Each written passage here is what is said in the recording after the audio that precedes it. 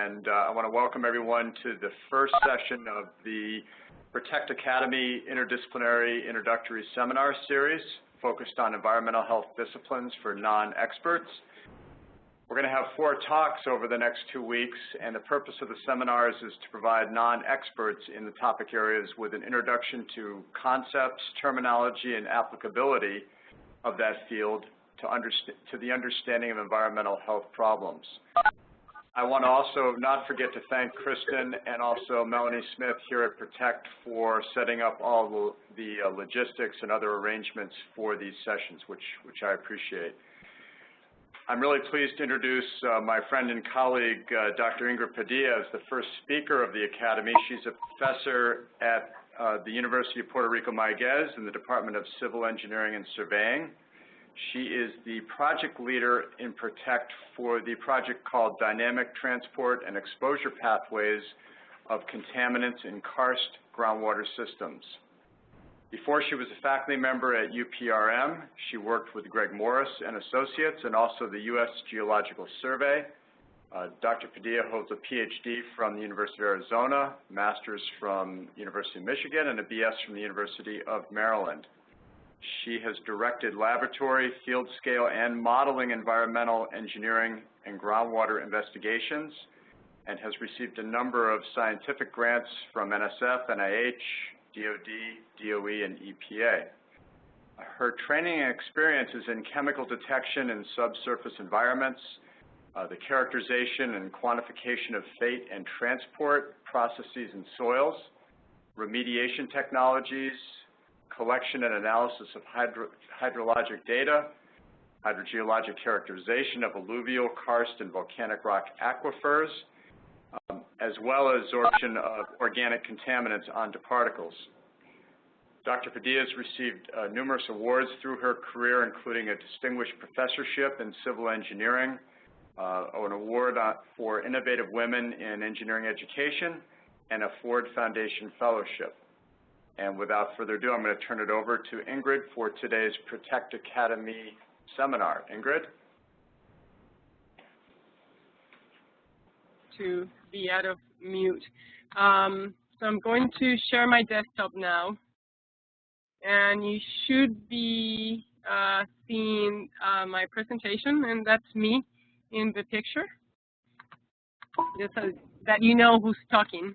I'm going to be, good afternoon. I'm going to be talking about contaminant fate and transport, mostly in groundwater. A lot of the processes and parameters that we discuss in fate and transport are applicable to other systems like rivers and atmosphere, but I'm going to focus it on groundwater because, one, it's what we're doing, and second, otherwise it will be a whole day of presentations. As a matter of fact, a lot of what I'm going to be talking today, I cover in 3 or 4 classes, and I'm going to try to put it in only an hour of a presentation, so it's quite a challenge. So thank you for being here.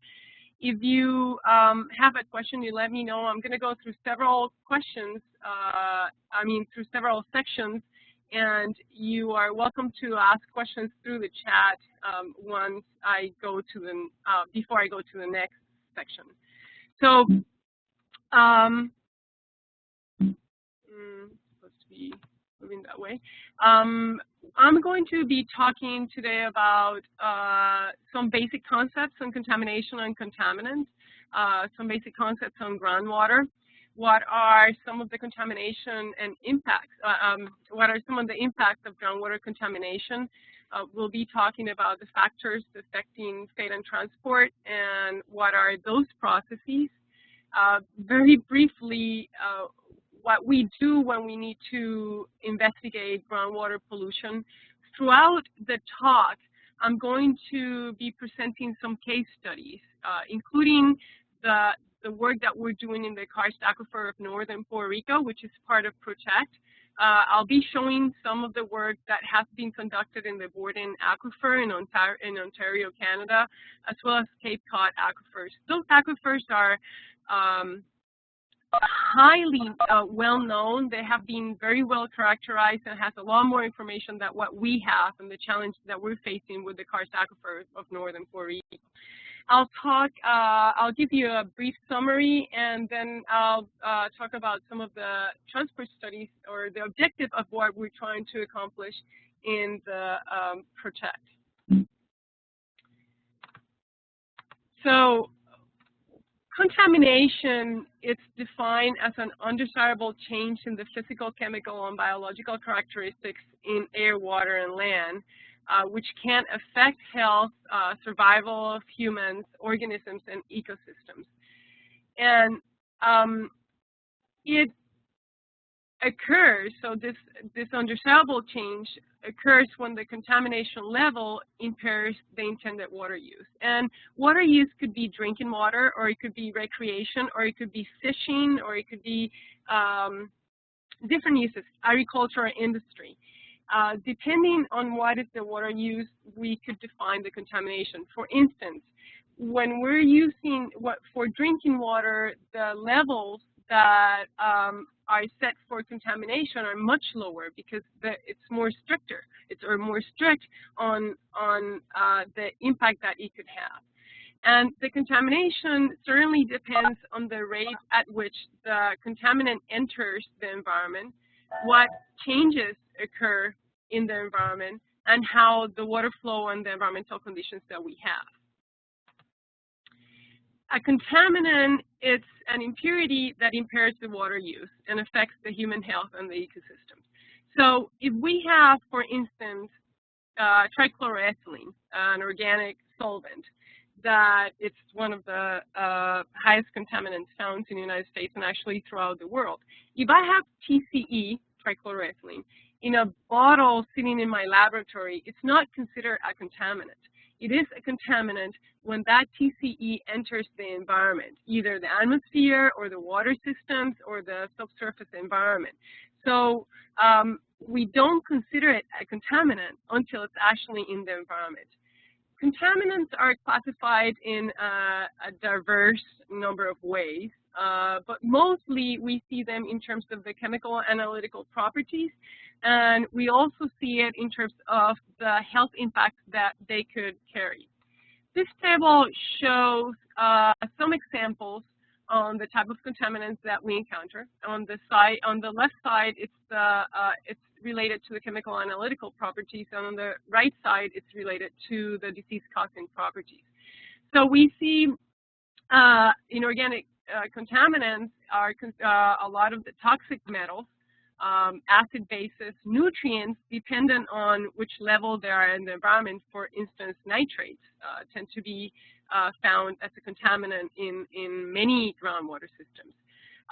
Organic contaminants, there are hundreds of them. I'm just providing some examples: oil, or petroleum hydrocarbon contaminants, solvents, plastics, pesticides, phenolic compounds, volatile organic compounds, or VOCs, which you would hear a lot. That VOC stands for the volatile organic compound. Semi-volatiles, a lot of the pesticides are considered semi-volatiles, and it all depends on the method that is used for analysis. Polycyclic aromatic hydrocarbons, or PAHs, polychlorinated biphenyls, or PCBs, trihalomethanes, which are a lot of disinfection byproducts, but they are also found in groundwater. Microbiological contamination, in the past, it used to be thought that there was no contamination from microbes in the underground environment because when they enter the environment, they're filtered. But that is not the case in places like the karst system in Puerto Rico, or in many karst systems, or where you have fractures where there's not that filtration occurring. Then microbiological contamination could be a very important contamination. Actually, it is in many places. And then radioactive contamination. We could look at some of the health impacts that the contaminants, how they're classified. For instance, carcinogens are those that cause cancer. And you could see that we have inorganic contaminants as well as organic contaminants that could cause the cancer.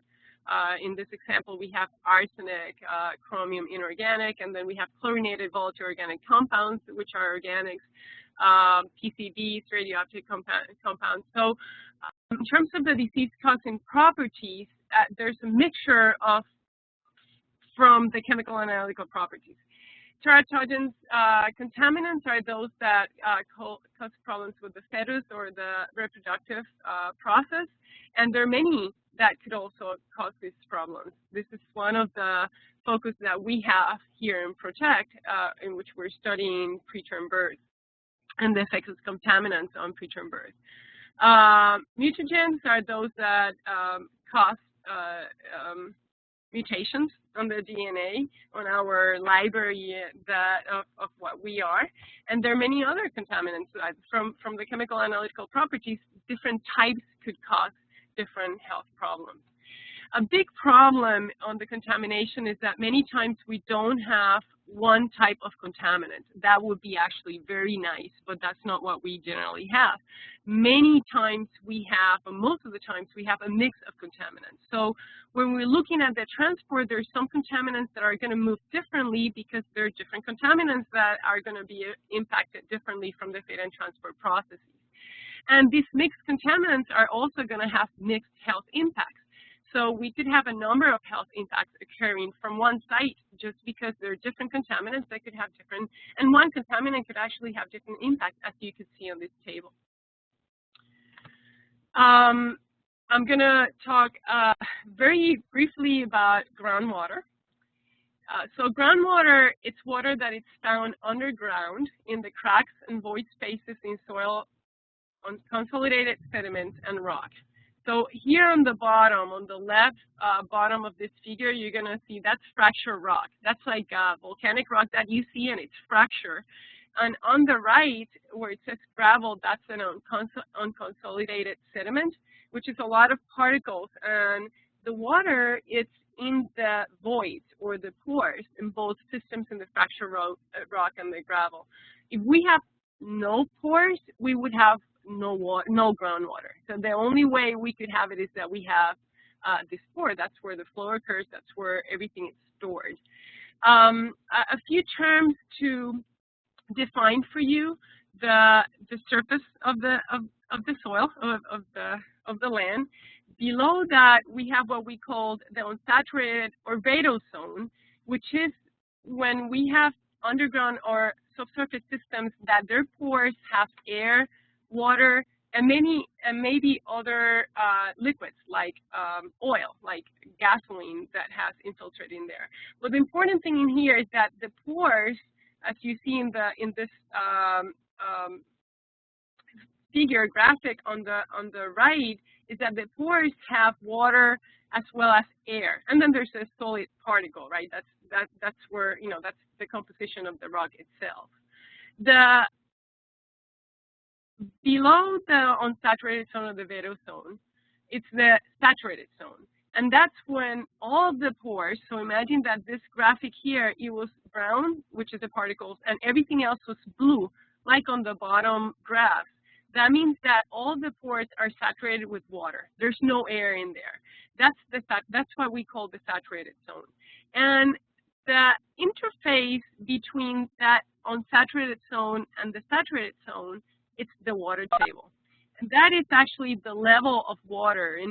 Imagine a lake. We see the level of the water in the lake. So imagine that in the groundwater, we also have a surface level, and that's what it's called the water table. You'll see some differences depending on the type of aquifers, and I'll talk a little bit about that, whether there's a water table or not. That is mostly for unconfined aquifers, and I will define that. We have the groundwater and contaminants are stored and moved through unsaturated zone, which I define as that zone that the pores have air and water and maybe other fluids, and the saturated zone, which is if it produces enough water, that's what we call aquifers. So an aquifer, it's a hydrogeologic unit that could store and transmit water in sufficient quantities. And sufficient, it's a qualitative term. we have, or we could characterize 3 types of aquifers. The unconfined, which is also called phreatic or water table aquifer. In this graph, you're going to see there's the surface of the soil, there's the vapor zone where there's air and water in the pores, and then there's the water table, which is that interface, and then below the water table is the unconfined aquifer. And it's unconfined because it's in direct connection with the atmosphere and the surface of the soil. So if we have a contaminant entering through the surface of the soil, the unconfined aquifers are the ones that are mostly impacted because that contamination enters, it moves through the vadose zone, and it reaches that unconfined aquifer. A confined aquifer, it's one that is separated from the atmosphere by what we call a confining layer. And that confining layer could be a highly impermeable layer that does not permit flow through it. So this is basically, this confined aquifer here, it's not in any connection with the unconfined aquifer above. The only way that water enters to this confined aquifers is through the recharge zone. In that recharge zone, actually the aquifer is unconfined because it's in direct connection with the atmosphere.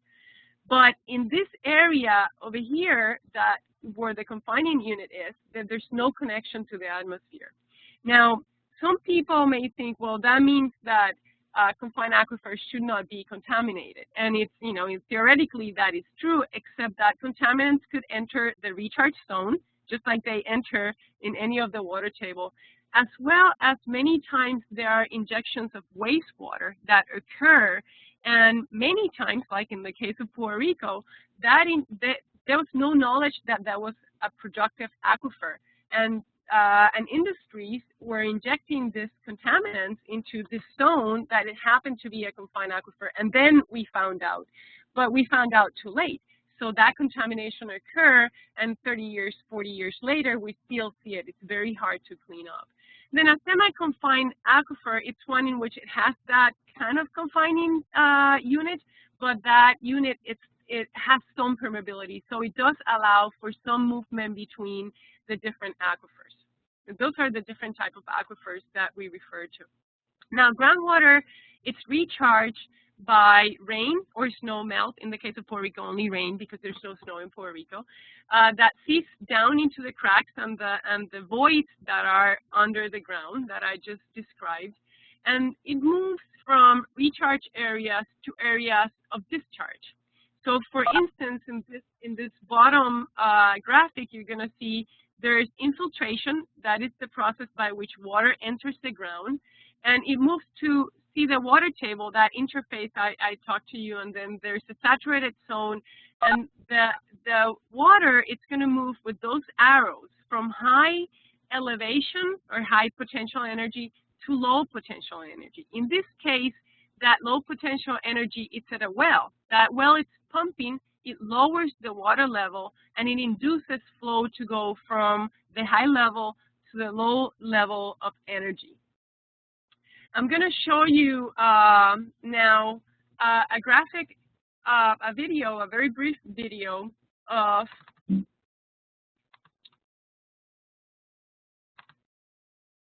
a recharge. You're going to see an aquifer being recharged, and you're going to also see an aquifer where water leaves the system by evapotranspiration.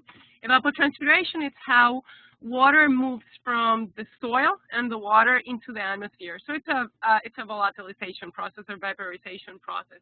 But what you're going to see here, it's when it rains, the water levels are going to increase. And water flow, it's gonna occur from levels of high potential or high elevations of water to levels of low potential. In that case, you're going to see that it's going to flow toward the river. Then I'm going to simulate evapotranspiration, and you'll see how the water levels are going to start decreasing in the aquifer, and how eventually the flow could stop going to the river, and the river could start giving water to the aquifer. So these systems are highly dynamic. If there's a groundwater level or water table, that water table changes through time. It's not just static. So it's going to change, and of course, that's going to change our fate and transport characteristics. So I'm going to show you, there's some noises, but I'm going to show you what happens when it rains and then when it dries. And you'll see the water level in the aquifer increasing, and then you're going to see a decreasing on what happens in its relationship to the stream. So the water level and the recharges is reaching the groundwater, and you see the water level increasing and flow moving from those high elevations to the stream. And now you see that most of the flow goes to the stream. It could be a lake, it could be the coast, it could be a well. Now you're going to see evapotranspiration. So water goes into the atmosphere, and the water levels in the aquifers start decreasing. And you could see that they decrease to a level where the water level in the stream is higher, which means the stream is going to give water to the aquifer. And in that case, if we have contamination in the stream, we could also get it in the groundwater. Just to define a well it's a hydraulic structure, generally a vertical hole, that is drilled into the groundwater to either withdraw water from the aquifer, or we could inject either water, like for artificial recharge, which happens in Florida and California and many other places, or like in the past has been done to inject waste into underground systems. When we pump a well, so this is the well, and this is the groundwater. Initially, we put a well in place, and the water levels is this line that it's above the water table near the well. Initially, the water levels is over here. When we start pumping, the water levels decrease. We're increasing the energy. Right now, it's much lower elevation, and it's higher in here.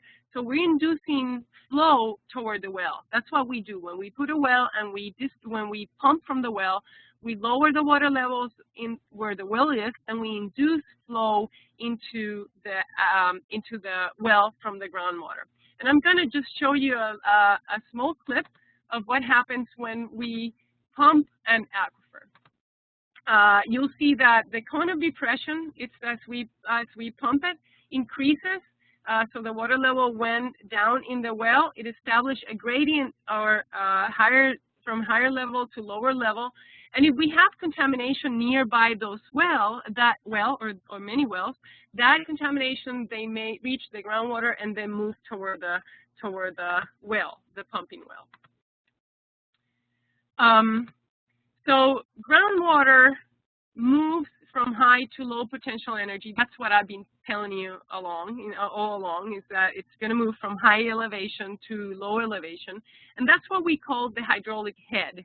The hydraulic head, it's a sum of the elevation and the pressure forces that we have. And for instance, in this well number 1, you could see that water level, it's right where it intercepts the water table. And well number 2, it's a lower water level. So flow in this system is going to go from well 1 to well 2. And under a hydraulic gradient, the hydraulic gradient is the difference, or that head loss that occur, the difference between those water level elevations and the distance. And flow, it's going to happen in direction and in magnitude according to the gradient. So wherever the gradient goes, that's where the flow is going to happen. And it's also going to depend on many of the properties of the groundwater system, such as hydraulic conductivity and transmissivity. Sorry, that is my phone. I'm not going to be able to get much into the process, these properties for groundwater, because that's a whole other subject. But we do have to keep in mind that the flow will depend on these hydrogeologic characteristics. And that is me again. So this is the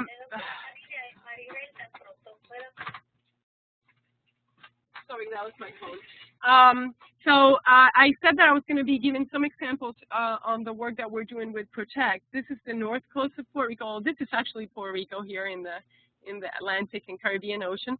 And this is a map. This yellow area is the karst area of northern Puerto Rico. All the dots that you see in between, those are Superfund sites, recrat sites, or landfills that are not lined. So those are potential contamination sources. Here on the bottom, these lines in the graphics represent the elevation of the water level in the aquifer. So this 100 over here means that the elevation of the water in the groundwater system is 100 meters above the mean sea level, or the level of the sea. This over here, it's 50. So water level at 100 is higher than water level at 50, which means water is going to flow from 100 to 50. These arrows that you see actually tell you where the flow is going. And you could see that in this case, the water level is going toward the coast. As a matter of fact, this is a very important wetland in the north coast of Puerto Rico. These arrows over here, what they're showing is that flow is going toward the stream.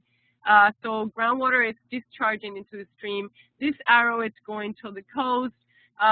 These on the right, many of them are going from the recharge areas on the south side of the Karst region toward pumping zones. There's a lot of pumping zones, and that's where the flow is going, and it's also going to the coast. But what you can see from here is the groundwater, unlike a stream, a river, you know, you see the flow in that channel, in that river channel, and you know exactly where it is. Groundwater, it's underneath all the areas. They don't all flow the same way, but groundwater is underneath the whole area where you're at. I'm pretty sure where you are right now, it is likely that there is groundwater under you. Now, groundwater, it's their flow, their direction of flow and their magnitude of flow depends on what I call that hydraulic gradient. Where is it going from high to low, and the properties of the media, like the hydraulic conductivity that I mentioned before. So you could see that the flow is going to occur toward many areas. And as a matter of fact, I could induce a different flow. I could, for instance, put wells in one of these areas and induce that flow arrow to go to another zone. And that's what many times we do when we want to induce remediation or not have contamination reaching some point. So groundwater, it's a very important water supply source. It supplies municipal and small community water systems. It supplies water to many industrial processes and agriculture. 30.1% of the world uses groundwater as their water source. 26.4% of the groundwater it's used for water supply in the United States, and 44% of the population in the United States depends on groundwater for their drinking water purposes. So this is just so that you know how important groundwater is. It's used a lot. It provides a lot of our drinking water in the nation and throughout the world. And this is a figure that shows kind of a cross-section of groundwater, of a groundwater system, where you have the water table that I showed before. Below that, it's a saturated zone. Above that is the unsaturated zone, or the Vedo zone. And this is a well that it's pumping water. That's why you see that there's that cone of depression, that lower level. And there's an interaction with the lake. Of course, there's interaction with a lot of the contaminants at the surface. Groundwater is also a very important, it's very important for ecological health and integrity. Like this is the north coast of Puerto Rico. Again, I showed some flow patterns before when I was showing you the water levels and where the water was moving to. So groundwater in the north system, it's moving to streams. It's moving to the coast and to many natural habitat systems like this wetland, the Caño Tiburones, which is a very important one. It's a natural reserve. We have a lot of birds. We have a lot of fishing. There's another one on this side, and flow goes toward that system. So if I contaminate the groundwater that is moving toward these very important ecosystems, that contamination is going to impact the system, right? Because it's going to reach where they are. And if they are sensitive to contamination there, it's going to impact them. And the same thing with the coastal zone. So it's not just public health. it's also the ecosystems and the relationships. For instance, there's a lot of people that may be fishing from an area that may be receiving groundwater that is contaminated. So the contamination could go to the fish, and then that could serve as another mode of exposure. In this, on the left, you could see water. It's always going to move from high levels to the low levels, right? This is why it's moving toward the coast, and it's going to encounter that salt water that we see when we go to the beach. It doesn't, that fresh water does not flow into the salt water. It sees that as a barrier or like a wall. So it's going to move toward the coast, and then it's going to move upward to the system. And that's why we see all these wetlands areas in the coastal systems, and they're very related to groundwater. So I forgot to mention, this is actually a San Pedro Spring, one of our, it's a karst system that is discharging into that. It looks like a tributary, it is, but it's actually coming from a spring. So many contaminants enter the groundwater environment through accidental spills, poor storage facilities, and inadequate disposal practices, you know, like agriculture or actually wastewater. We already know, I showed you how important groundwater is as a source of drinking water and ecological integrity.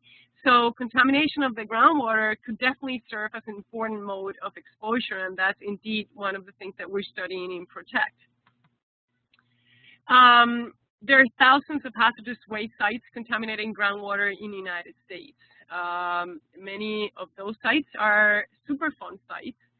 10% of the Superfund sites are considered complex, which means that they could not restore. It is always going to be contaminated. There's some simple, well, there's not very simple sites, but there's simpler and there's more complex sites. Karst environments, which we're studying, are one of the highly complex systems that we yet do not understand, and therefore it's very complicated to predict and explain, describe the fit and transfer processes that are occurring. So of all the Superfund sites in the United States listed between 1982 and 2009, 10% affect public water supply, and that's large public supply systems. There's a lot of small water systems and just rural systems. And 23% of those Superfund sites are located in karst areas. This map of the U.S. is showing the color. It's the karst regions in the United States, and the dots that you see are all the Superfund sites. So you could see that there's quite a bit of potential for contamination. In Puerto Rico, what we're studying in Protect, there are 22 Superfund sites, hundreds of other potential, like the Toxic Release Inventory, CERCLA, which is part of the Superfund, and RECRA. These are all legislation type of systems. The most impacted is the north coast of Puerto Rico, which houses 45% of the Superfund sites in Puerto Rico. And you saw this on the right, the map of Puerto Rico. The dots are the Superfund sites. You see in this area the high density of Superfund sites. It coincides with the highest production in groundwater. This area here houses the most productive aquifers in the island. Of course, industry wants to be where water is, and there's plenty of groundwater in there, and that's why there's so many contaminated sites. This contamination has resulted in a very large extent of contamination. In here, I'm showing you wells, springs, and tap water samples that have detected, actually, that have level of contaminations for chlorinated volatile organic compounds, as well as for phthalates. And you could see that they're pretty much everywhere where we're studying it. We're finding it everywhere for the CVOCs. We find less phthalates. We do find a lot of phthalates in tap water, indicating that there are other sources in addition to groundwater. But we could see that there is a large extent of contamination both in space and over time. We've had this contamination for over 40 years, still having it. Impact of groundwater contamination, it affects the public health and safety. It degrades the environment. We saw it could degrade the ecosystems. It erodes the quality of life. Of course, if we're sick, we're not going to have a good quality of life. It limits our water resources, where we could get water and what we need to do to treat it. And it definitely has an economic impact. So we really need to pay attention to the contamination. And for some reason, okay, there. I'm gonna, if you have a question, I'm gonna start talking about the state and transport of the contaminants. If you have a question on what I have covered so far, you're welcome to let me know now. Christine, Melanie, any questions? Anybody? Hi, Ingrid. No questions online so far. Let me just reiterate to people how you ask the question. While you're watching the presentation, there's a green bar up at the top of your screens that will allow you to float over it and pull up a chat box. And you can chat to me. I'm at Protect P42 Center and write your question. Nothing right now, Ingrid, but I will let you know as you go on. Okay, I'll continue. So once the contaminants enter the environment, they're going to move from their sources to the potential exposure areas. In here, in this graph, you could see there's a contamination source here underground, and that contamination, if it has volatile organic or volatile compounds, it may release vapors and dust that contaminates the atmosphere. It leaches. The contamination could leach to the groundwater, where it's going to move toward exit points like the streams, we talked about that before, or wells that are using the groundwater, or if it's volatile, it could actually expose people by inhalation, by the vapor, by vapors in the gas phase. These contaminants are can be stored and slowly released. So there are many times that a contamination occurs if it got to the groundwater and it just kind of stayed there. That's why many times we call a hotspot.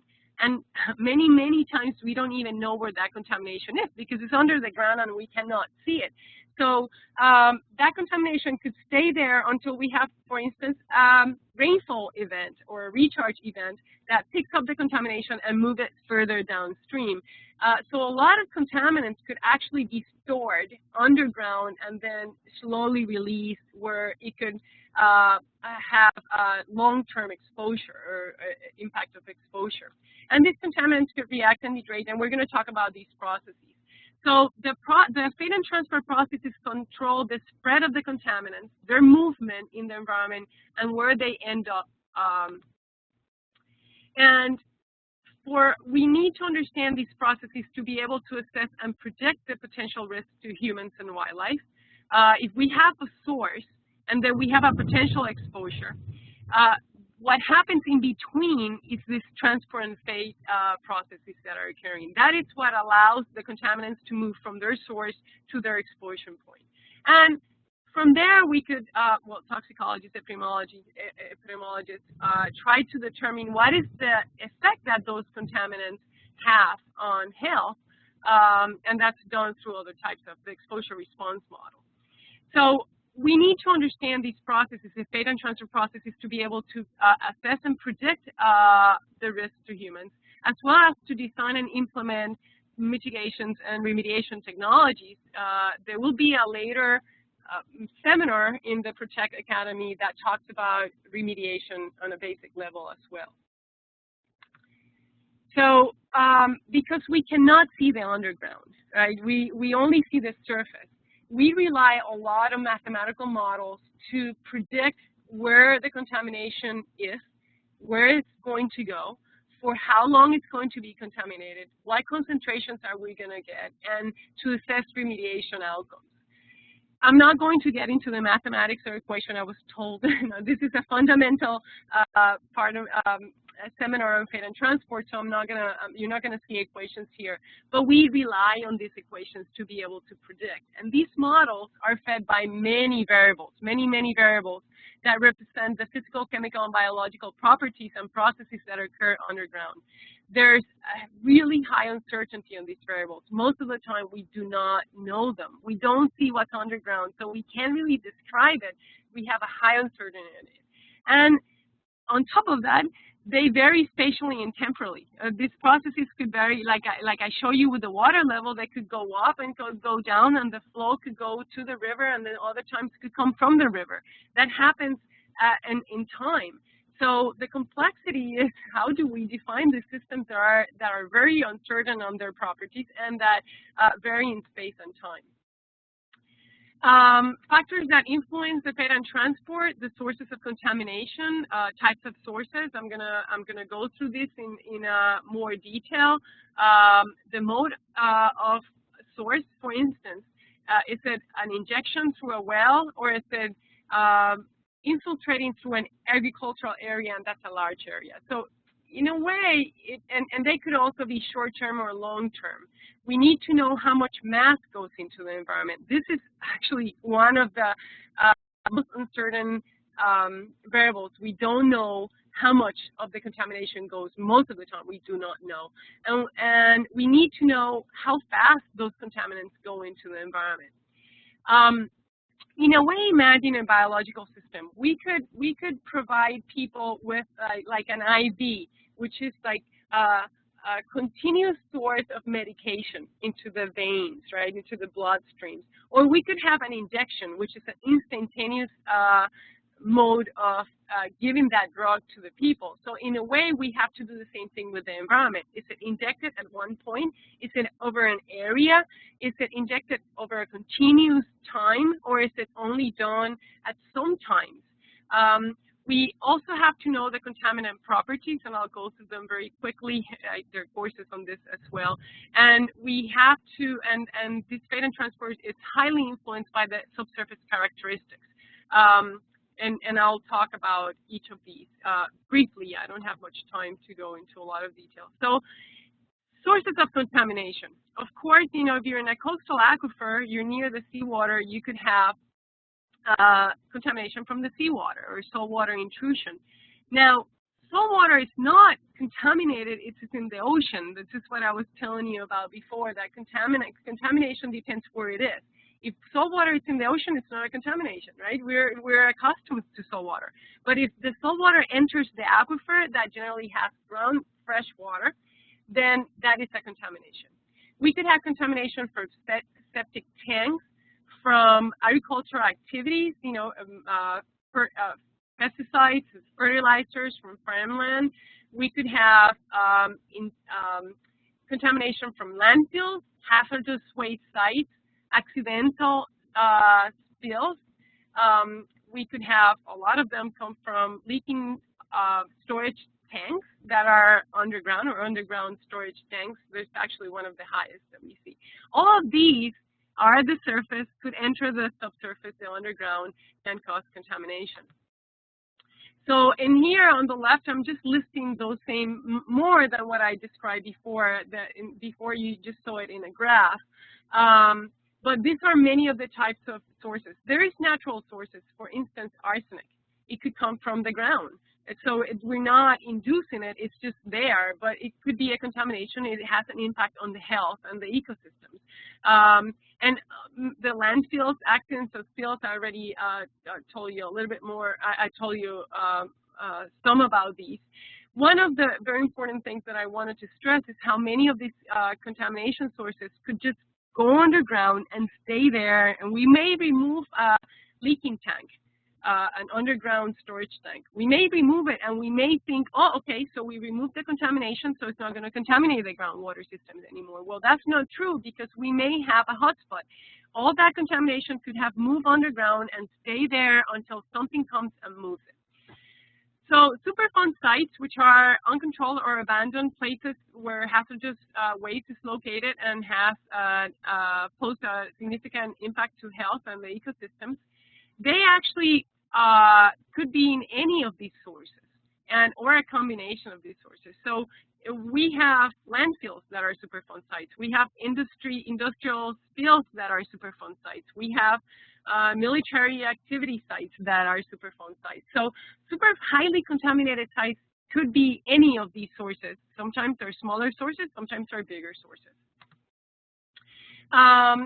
The frequency of groundwater contamination by source, this is from the 1980s. It is kind of old, an old reference, but many things have not changed, except there's a lot more frequency now. Perhaps we have some contamination from hydraulic fracturing or fracking, which is something that what we see now these days. But you could see that a lot of our contamination to groundwater comes from underground storage tanks, gasoline tanks, solvent tanks, a lot of what we use to store the chemicals. Septic tanks, it's another source, a huge source of contamination. Agricultural activity, fertilizers, pesticides, landfills in Puerto Rico. Several landfills are Superfund sites. So you could see which of the sites actually cause more contamination.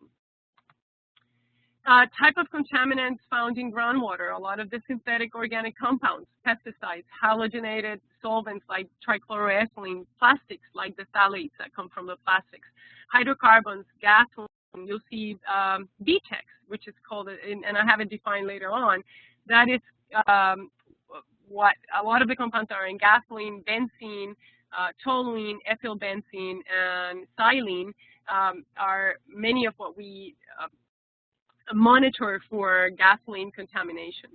Inorganic contaminants, there's a lot of arsenic, we see a lot of nitrates. You could see on the right the frequency of contaminants that we see in groundwater. Nitrates, it's really high. Pesticides, VOCs, the volatile organic compounds. Now we're starting to see a lot more pharmaceutical and personal care products, some of the focus that we have in Protect, and now we see more of the hydraulic fracturing chemicals. We're starting to detect them and notice them in underground.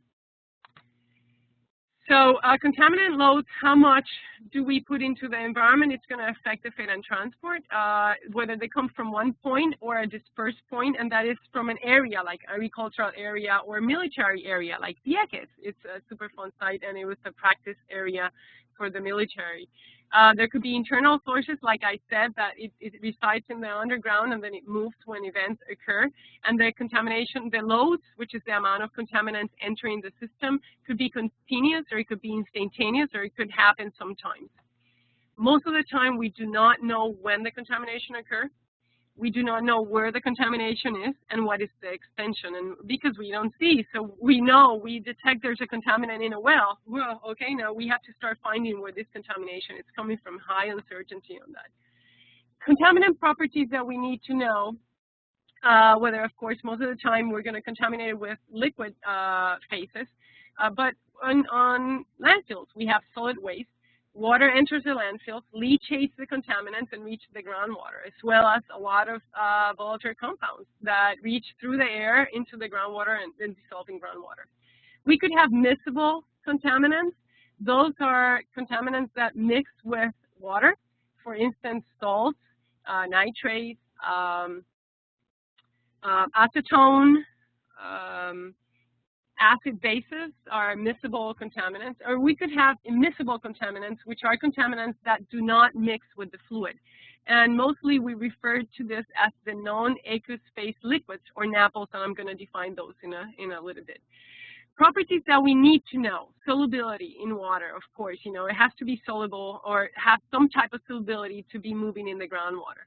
Vapor pressure, it gives us an idea of how much it's going to be into the vapor phase, how much it's going to volatilize, and it's going to serve as a different mode of exposure. Vapor density is where the concentration of vapor is going to be. Is it going to be everywhere? Is it going to be toward the bottom most of the time? Liquid density is related to the NAPLs, which I will define in very soon. The viscosity is very important in how fast the contaminants move in the underground. Partitioning, how the contaminants move from one phase, let's say from the water phase until the soil, on the soil, that would be sorption, or from the water phase to the air, that would be volatilization, or from soil to water. So partitioning is how these contaminants partition themselves among the different compartments. Sorption, it's very important underground because there's so much surface area of the solids, of the particles. And so that influences how the contaminants move to the soil and are retained in the soil. We'll talk about the diffusion and dispersion characteristics, but certainly a contaminant that has high diffusion characteristics, it's going to move faster than one that doesn't have high diffusion characteristics. And of course, abiotic and biotic degradation, how that contaminant is gonna move underground, or it's gonna stay underground if it's not degraded. NAPLs, non-aqueous phase liquids, are separate phase liquids. You could see on the right, on the top right, there's an L-NAPL. It flows, that's oil. And you could see the different phases, and as the fluid comes in, it moves those phases in the glass. On the right of that, it's a D-NAPL. That is a dense, non-aqueous phase liquid. And that, the definition for L-NAPL, or light non-aqueous phase liquid, it's a liquid that their density is lower than water. So when it reaches water, it floats on water. The D-NAPL, the dense NAPL, the densities of that fluid is higher than water. So when we have that penetrating water, it's going to go under that surface.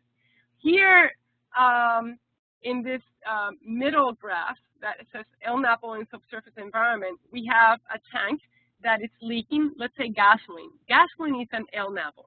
So it's going to move in the vadose zone until it reaches the water table, which I defined for you already. Some may volatilize because gasoline is volatile. But most of that gasoline, it's going to float on top of the water table because its density is lower than water, so it's not going to enter water. The contamination is going to, that contaminant is going to dissolve in water and it will move with water, but it will be residing on the water table.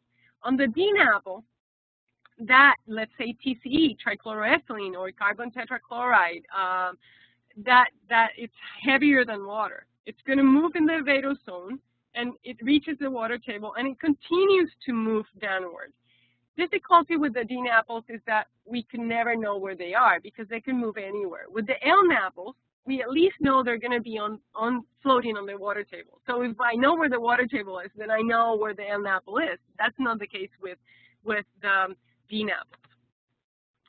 Hydrogeologic characteristics, you know, how much porosity we have, how much air, how much water, what are the hydraulic conductivities, storativity. These are all properties of groundwater flow and also influence transport.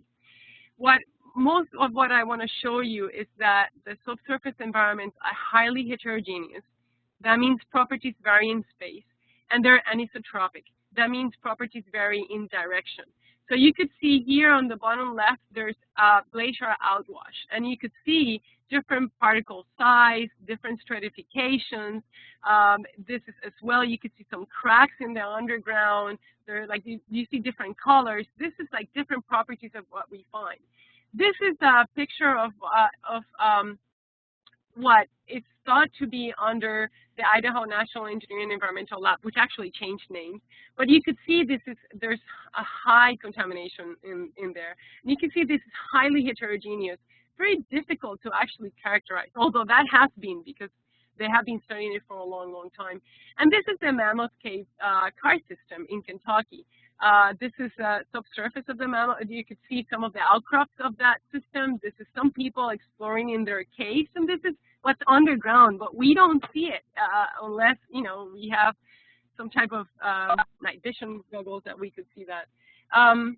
So what I want you to see is that the hydrogeologic characteristics actually tell us where they're going to move and how fast contaminants are going to move are highly heterogeneous. They vary in space, and we don't know what it is. This is for the north coast of Puerto Rico, which we're using in ProTech.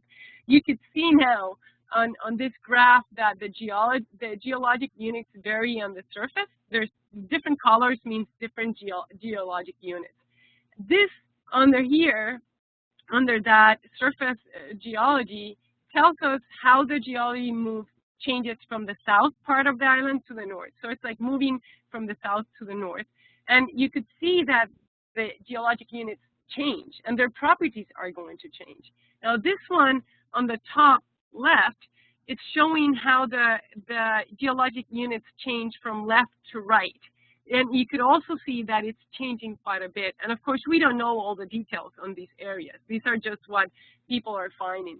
And this is actually a system. These are wells, groundwater systems, and there are caves underneath, and we're exploring some of these caves. We don't really know on them unless we don't know the geometry or where they're coming from. So there's high uncertainty on the properties.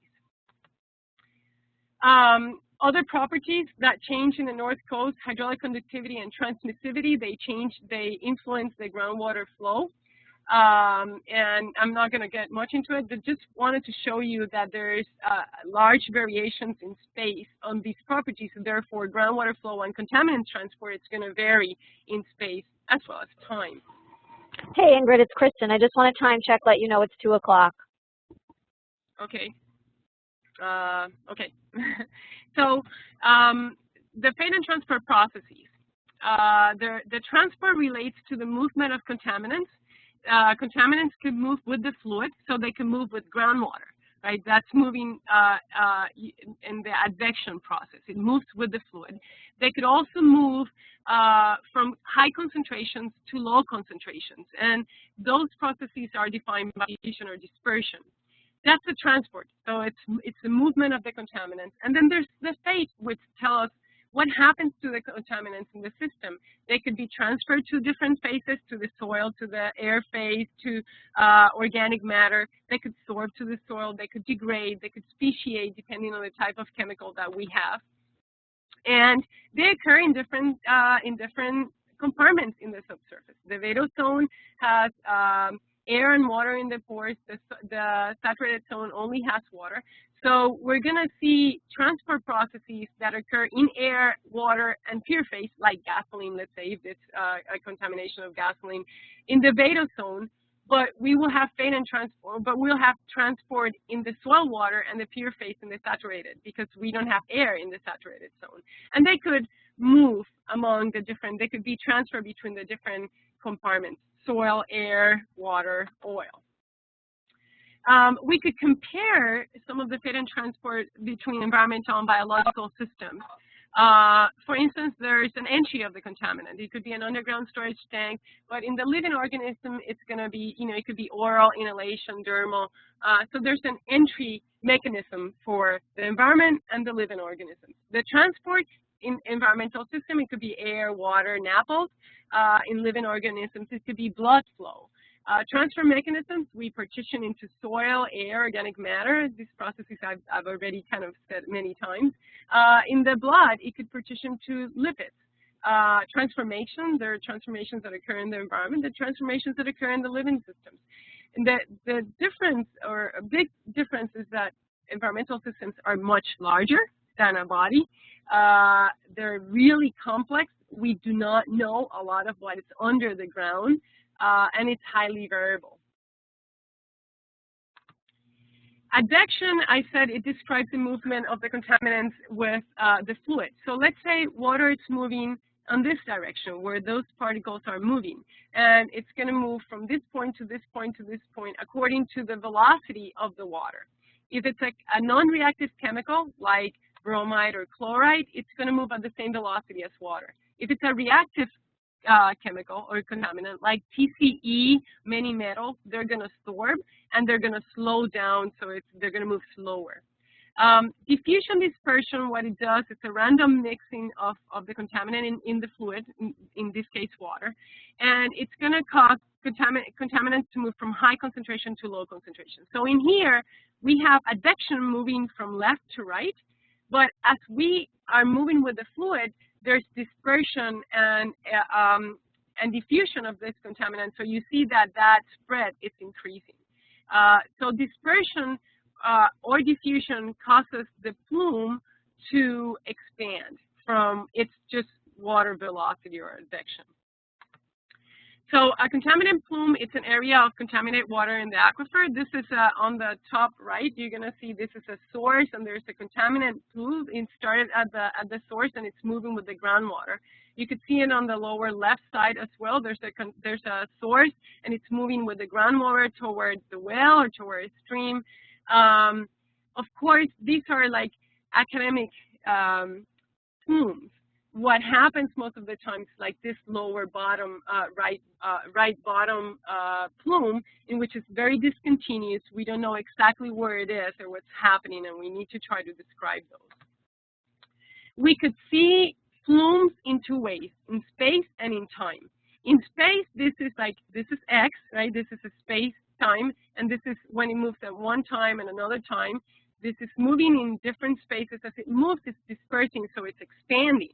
And you could see this contamination on the left bottom side, it starts from a point. As it moves with advection, it's dispersing, and we're seeing this in space. Now, we could also see it in time, where I'm measuring at one point. In this example, there's a contaminant release on the left side of this column, and there's a well of this system, and there's a well on the right, and I'm monitoring the concentrations on this well.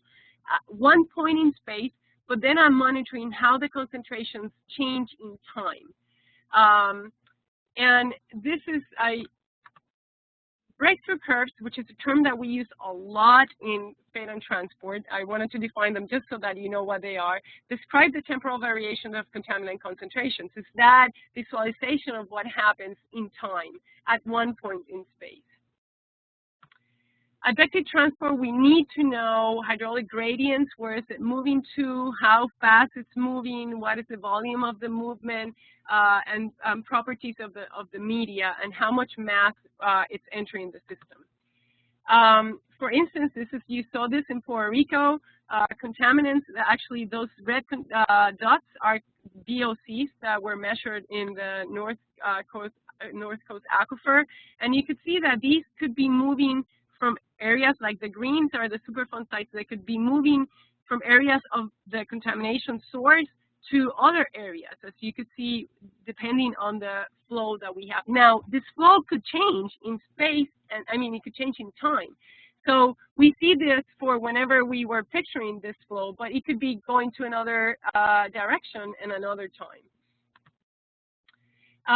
Dispersive flux goes from high concentration to low concentration, and I kind of already show you that before. It's caused by diffusion, which is a molecular property. Big molecules have low diffusion coefficients. Smaller molecules have larger diffusion coefficients.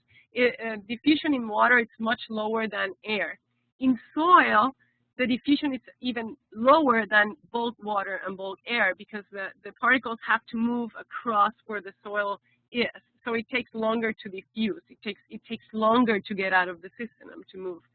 Dispersion occurs because there's different velocities. You know, there's water that moves faster in the center of a pore. There's bigger pores, there's smaller pores, and there's different paths that the water happens. We don't describe every movement of a particle. We describe the bulk of the movement. All this results in that mechanical dispersion. So the contaminant is going to move from its point, and it's going to disperse longitudinally in the direction of flow and transversely in perpendicular to flow. So that dispersion can occur in the direction of flow. That means it's going to move with the fluid, plus it's going to move with a concentration gradient in the direction of flow. Or it could happen transverse to the flow. So in this case, flow is going from left to right, and there's a dispersion that occurs perpendicular to that, and it enlarges that plume. In here, you could see on the bottom right, you could see different ratios of longitudinal direction with water to transversal dispersion, and you could see the bigger transversal, it makes a fatter plume. The less transversal dispersion makes a longer plume. Of course, we don't know these for every site. Fate, of course, what happens to the contaminant, volatilization, it moves from water or from an apple into the soil air. A lot of the VOCs go through this, you know, TCE, PCE, trichloroethylene, PCE is tetrachloroethylene.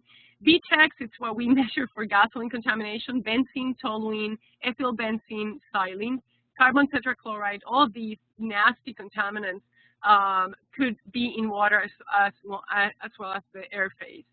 It occurs in the unsaturated zone, excuse me, and a lot of the plumes could move as vapor. So it's not just a water vapor that you're going to have for water contamination, but as well vapor of the vadose zone that could then move to houses, basements, and other exposure routes.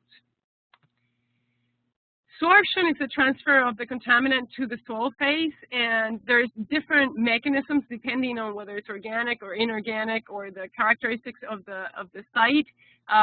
Don't have much time to look at this, but it's things that we need to understand. What is the sorption that it's occurring?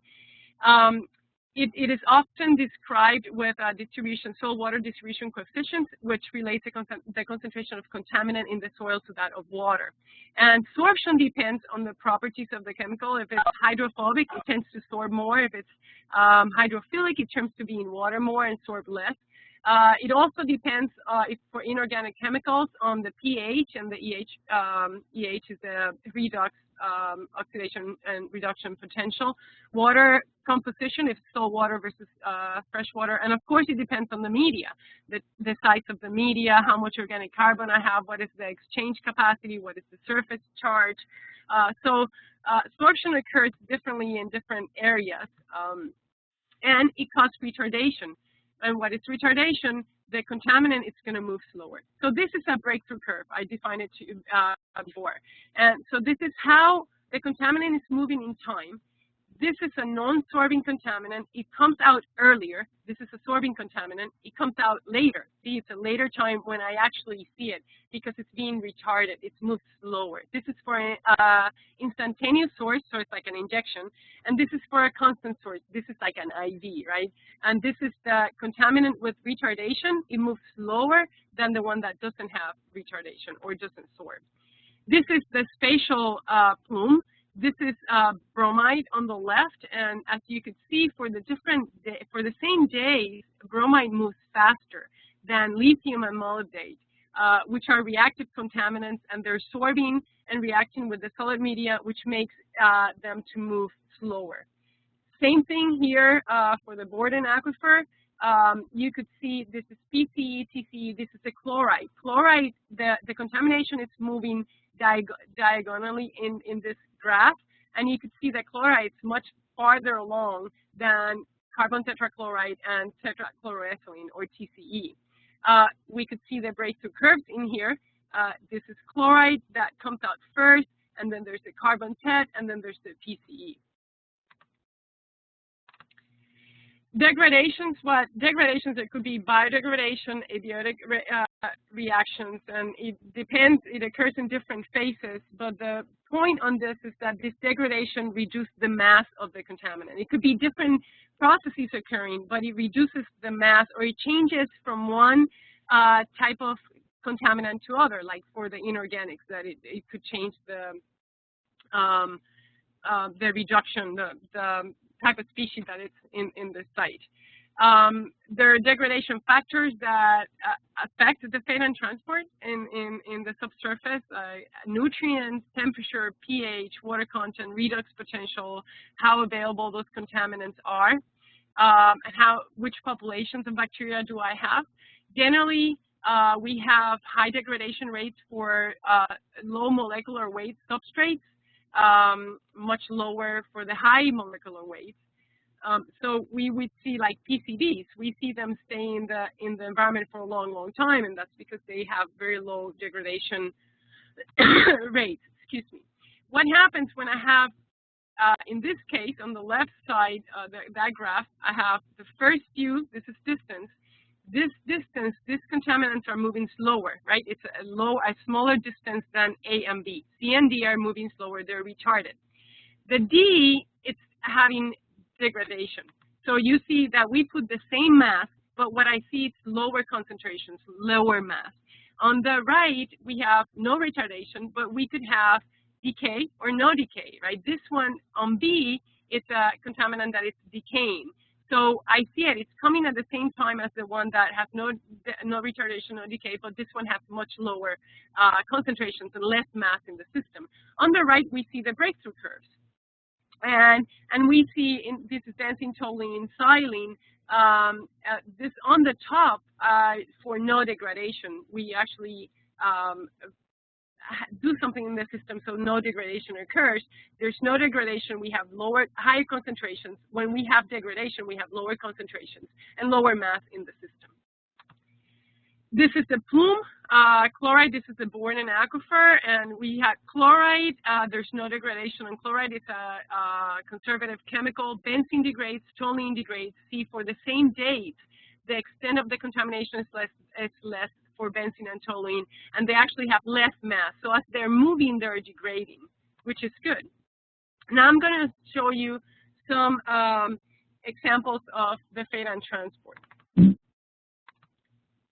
This is contamination on a homogeneous aquifer. It comes from a point and it moves. This is the observation point where I'm looking at the breakthrough curves on the bottom. And see, on the left, it's a homogeneous media. On the right, it's a heterogeneous. See the difference in the distribution of that transport. This one tends to move equally towards space, whereas the one on the right, it has much more extent of the contamination, and it's because of its heterogeneity. In this case, we have the same thing, except if you notice that it's moving slower, because now there's torsion. And the ones that we saw before, there was no torsion, so they moved faster. And this is, so it's showing, and in here we see the breakthrough curve, the non-reactive, and this is the sorbing contaminant. In this example, we have the same, we have only degradation. What happens is that as it moves, the mass starts degrading. There's not much mass and the concentration are lower. This visualization has all of them. It has retardation, it has dispersion, it's in a homogeneous media, and it also has degradation. So you could see contaminants that are coming out later, so they're being sorbed, and the lower concentration reflects some contaminants are being degraded. Same thing on the ones that do not recharge. And I want to show you what happens when I have pumping. In this case, I have no pumping on the top.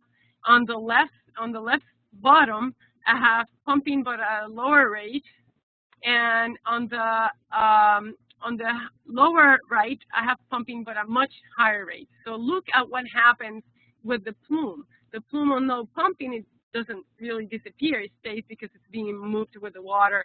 On the left, I'm able to capture that contamination, so I get rid of it. On the right, I'm able to capture that contamination to a higher extent.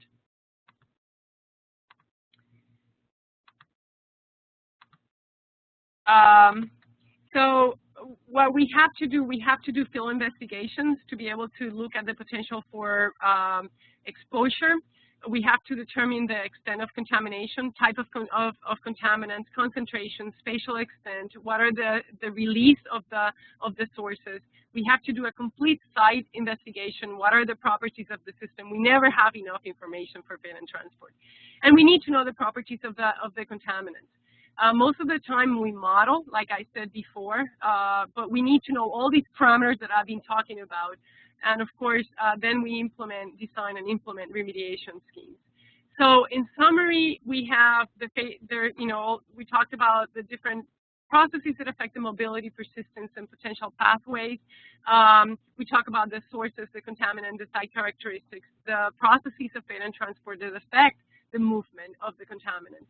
I don't think I could really say enough how hard it is to know and characterize all these properties. It's one of the challenges that we have.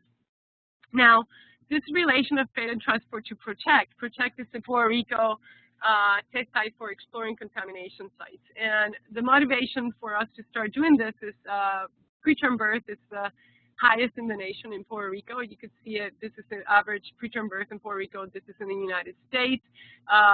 There's many variables that affect preterm birth, but those do not explain the high rates that we see in Puerto Rico.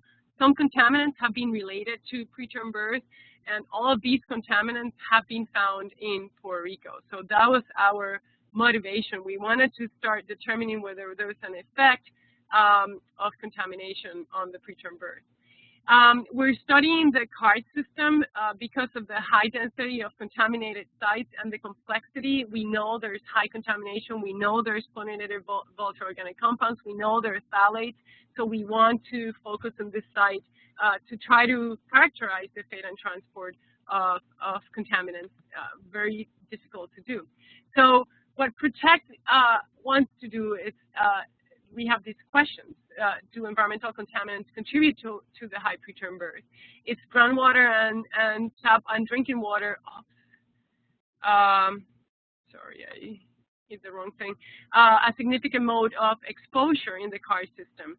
How does the contamination reach to the exposure site? And can we how do the fade and transfer processes affect remediation, which are also being developed in Protect.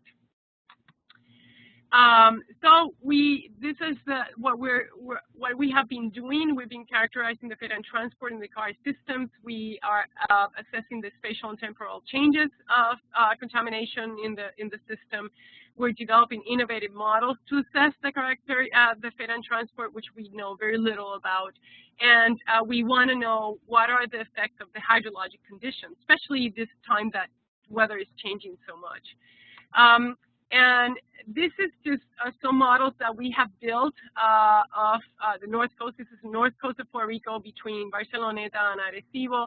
And we put a contaminant source at the recharge area, and we monitor how it actually moves. It depends. These lines are lines, the water levels in the aquifer. So it's going to move from high water levels to low water levels. And in this case, it's moving.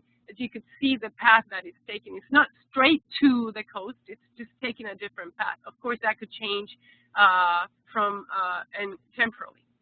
This is the same system, except that now we're putting a much greater transverse dispersion, so that you see a fatter plume, which does not move as fast because of the dispersion. It's lowering the concentrations, but it has a much greater extent. And this one, those two initial ones were just instantaneous, so it was a release like an injection. This is a continuous injection of a contaminant and how it's moving. So this is continuously being released into the system, and what are the paths that are taken. And then this is a characterization of the contaminants in the North Coast. This is actually North Coast of Puerto Rico. This is where we are monitoring a lot of the concentrations. And this is a lot of the paths that the contaminants are taking. They're taking different paths at different times in different space, because that's the variability that it's happening. Just citations and all the figures that I put in throughout the presentation. I believe this presentation is going to be available for you to access at any time that you want, and then the acknowledgement, and that's going to be it. If you have any questions, I guess I have 10 minutes. Sorry. Thank you, Ingrid. That was great. I have no questions through the chat function right now, and Melanie, I think in the NU conference room, you have no questions at this point, right? Right. So no questions means either it was very, very clear, and people are very clear on what I was explaining, or it was not clear and they don't know what to ask.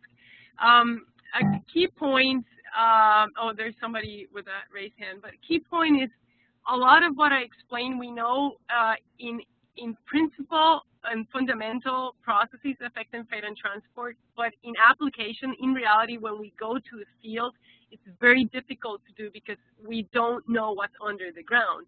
We do not know those processes or the parameters that describe those processes. And we never have enough data, never, ever. This is one of the things that I learned through time, is that we never have enough environmental data to be able to characterize it. Ingrid, I'm going to try to take, I'm guessing this call-in user may be Janet Phoenix, who raised her hand, and that she really does have a question. So let me try that. Janet, is that you? Yes. Can you hear me? Yes. Please go ahead and ask your question. My question is, if there are people who are living close to a facility where there is a known source of contamination, are there resources, technical resources that they could access in order to gain information, interpret environmental sampling data to try to get a sense of what their risk might be for living in close proximity to a known source of contamination? So EPA has done a very good job in trying to keep up with all this data. Now, what I have learned, what I have noticed in all this work that I've been doing, is that different sites have different level of information. There are sites that we know there's contamination, and that's it. We don't know why concentrations, we don't know where it is, and there's very little information. And it could be 3-4 years where we get any information in it. There are other sites that have a lot more information, and the communities and the people could go and access that information. Of course, they need to understand the information that it's given. A lot of this information is provided by consultants and people that know a lot about the area and the field, and many communities need to find somebody that really could translate this to their knowledge. But in short answer to a very complicated question, there are different levels of information at different sites. There are sites, for instance, we just got 2 sites added to the Superfund list in Puerto Rico, and that was done about a year ago. Well, the contamination was there about 3 or 4 years ago, but it was not added as a Superfund site until a year ago. So that's when people start finding out that there's contamination. So there's different levels of information, and they come at different times. Generally, there's a contamination today. You are not going to find out about it today. You're going to find out in several months or several years. But yes, and as sources of information, definitely the EPA, the Environmental Protection Agency, USGS has a great source of data. We're building our own database as well in Protect to have all that information, but of course that is a lot of historical information, so it's not right now, right then. Okay, and Ingrid, there was just one other comment from a person saying, great presentation, thank you. And it seems like we don't have any other questions at this point. So we will be posting this file on our website, the Protect website, and we will send it out to those of you who've attended so that you can see it or pass it on to colleagues if you would like to. And we wanted to, again, thank Dr. Padilla for her presentation. It was very well done. And remind you that we will have our next alert seminar, Protect Academy seminar on June 13th, which is this Thursday, on environmental epidemiology. Same time frame. It'll be 1 o'clock to 2:30. So we invite you to attend if you are interested in learning about that as well. So thank you all very much. Thank you. And just wanted to let you know, Kristen, my email, I didn't put it in here. If anybody wants to contact me, it's Ingrid.Padilla, just like my name and my last name, at UPR, like University of Puerto Rico.edu. Great. And I'll email that out to the group as well, Ingrid. Thank you. Thank you. Bye-bye. Bye.